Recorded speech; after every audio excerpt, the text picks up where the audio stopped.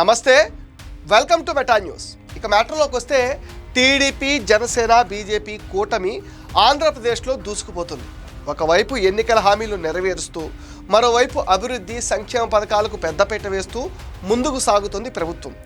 40 ఏళ్ల సుదీర్ఘ రాజకీయ అనుభవం, 7 పదులు పైబడిన వయస్సు అయినా అలుపెరగని శ్రామికుల్లా శ్రమిస్తూ నవ్యాంధ్రను స్వర్ణాంధ్రగా మార్చేందుకు కష్టపడుతున్నారు సీఎం చంద్రబాబు.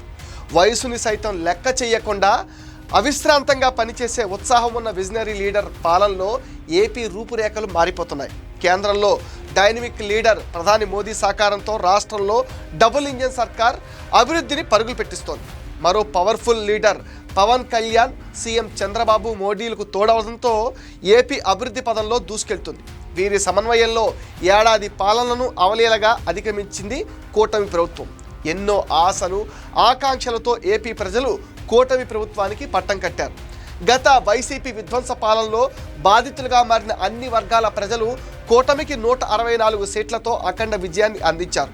వారి ఆకాంక్షలు ఏమాత్రం తగ్గకూడదన్న పట్టుదలతో కూటమికి చెందిన కీలక నేతలు సరికొత్త ప్రణాళికలు, వినూతన కార్యాచరణతో ముందుకెళ్తున్నారు. ముఖ్యంగా అమరావతి రాజధాని, పోలవరం ప్రాజెక్టు పనులు తిరిగి ప్రారంభించడంతో పాటు పలు భారీ పెట్టుబడులను ఆకర్షించింది. కేంద్రం సహకారంతో రానున్న 4 ఏళ్లలో అభివృద్ధి సంక్షేమాన్ని కొనసాగించాలని ప్రభుత్వం లక్ష్యంగా పెట్టుకుంది. రాష్ట్రంపై ఆర్థిక అప్పుల పెనుభారం ఉన్నా కేంద్ర సహాయ సహకారాలతో సూపర్ 6 పథకాలను ఒక్కొక్కటిగా అమలు చేస్తూ ముందుకు సాగుతున్నారు చంద్రబాబు.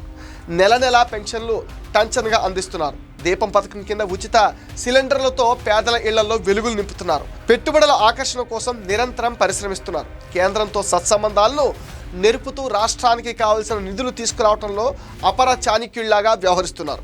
ఎన్నికల సమయంలో గేమ్ చేంజర్గా నిలిచి కూటమి సర్కార్లో డిప్యూటీ సీఎంగా బాధ్యతలు అందుకున్న పవన్ కళ్యాణ్ సీఎం చంద్రబాబుకు రైట్ హ్యాండ్లా ఉంటూ రాష్ట్ర అభివృద్ధికి నడుం బిగించారు. పంచాయతీరాజ్, రూరల్ డెవలప్మెంట్, నీటి సరఫరా, అటవీ, పర్యావరణం, సైన్స్ అండ్ టెక్నాలజీ ఇలా తన పరిధిలో ఉన్న అన్ని శాఖలపైన పట్టు పెంచుకుంటూ సంచలన నిర్ణయాలతో పవన్ పాలనలో తన మార్కు చూపుతున్నారు.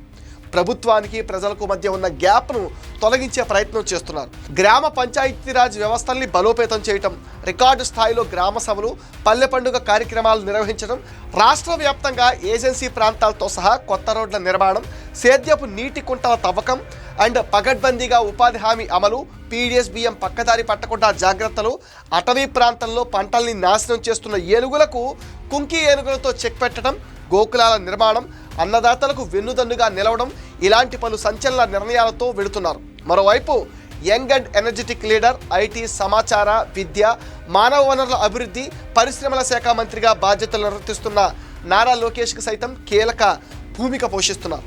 ప్రమాణం చేసిన మరుసటి రోజు నుంచే అమరావతిలో ప్రజా దర్బారు పెట్టి జన సమస్యలను తెలుసుకున్నారు. పాదయాత్రలో తనకు ఎదురైన ప్రజా సమస్యల్ని వాట్సాప్ ద్వారా రియల్ టైం గవర్నెన్స్తో ఒక్కొక్కటిగా పరిష్కరిస్తున్నారు.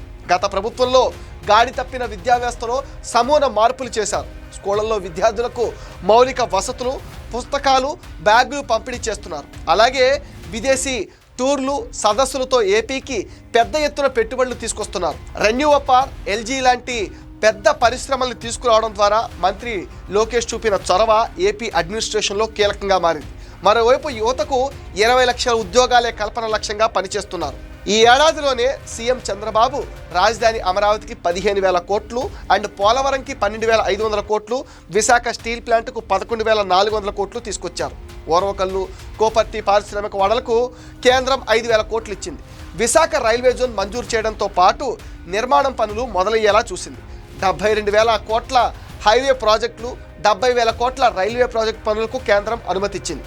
2,245 కోట్లతో అమరావతికి 57 కిలోమీటర్ల మేర రైల్వే లైన్ మంజూరు చేసింది. అనకాపల్లి జిల్లాలో 1.85 లక్షల కోట్లతో ఎన్టీపీసీ గ్రీన్ ఎనర్జీ ప్రాజెక్టుకు, శ్రీ సిటీలో 5,000 కోట్లతో ఎల్జీ ఎలక్ట్రానిక్స్ పరిశ్రమ, 65,000 కోట్లతో రిలయన్స్ కంప్రెస్డ్ బయోగ్యాస్ ప్లాంట్లు, అనకాపల్లిలో 1.35 లక్షల కోట్లతో ఆర్సిలర్ మిట్టల్ స్టీల్ ప్లాంట్, రామాయణపట్నంలో 96,862 కోట్లతో బీసీపీఎల్ రిఫైనరీ, రాష్ట్రంలో 175 నియోజకవర్గాల్లో ఎంఎస్ఎంఈ పార్కులు ఏర్పాటు దిశగా అడుగులు పడుతున్నాయి.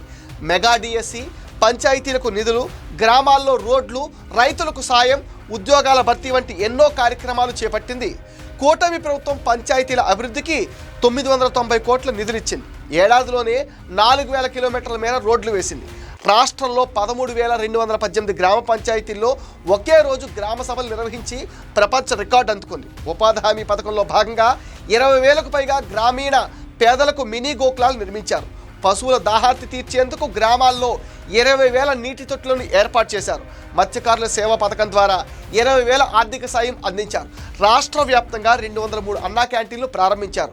21 ప్రధాన దేవాలయాల్లో నిత్యాన్నదాన పథకాన్ని కూడా తీసుకొచ్చారు. ఉచిత ఇసుక విధానాన్ని అమల్లోకి తెచ్చారు. ఆగస్టు 15 నుండి మహిళలకు ఉచిత బస్సు పథకం అమల్లోకి రానుంది. దేవాలయాల్లో నాయి బ్రాహ్మణుల వేతనాలను 25,000కు పెంపు, చేనేతలకు జీఎస్టీ ఎత్తివేశారు. పవర్ లూమ్స్కు 500 యూనిట్లు, హ్యాండ్లూమ్స్కు 200 యూనిట్లు ఉచిత విద్యుత్ ఇస్తున్నారు. గీత కార్మికులకు 10% మద్యం షాపులు కేటాయించారు. స్వర్ణకారులకు ప్రత్యేక కార్పొరేషన్ ఏర్పాటు చేశారు. మొత్తంగా కూటమి పాలనలో ఏపీ అన్స్టాపబుల్ అన్నట్టుగా దూసుకెళ్తుండడంతో ప్రజలు హర్షం వ్యక్తం చేస్తున్నారు. ఇది మెటా న్యూస్ అప్డేట్. ఈ వీడియో పైన మీ విలువైన ఒపీనియన్ని కామెంట్ సెక్షన్లో పోస్ట్ చేయండి. మీరిచ్చే కామెంట్స్తో మరిన్ని ఇంట్రెస్టింగ్ వీడియోస్ మీకు అందిస్తాం. అండ్ మీరేం చేయాలో మీకు తెలుసుగా, ఈ వీడియోస్ని లైక్ చేయండి, షేర్ చేయండి, మెటా న్యూస్ని సపోర్ట్ చేయండి, సబ్స్క్రైబ్ చేయండి.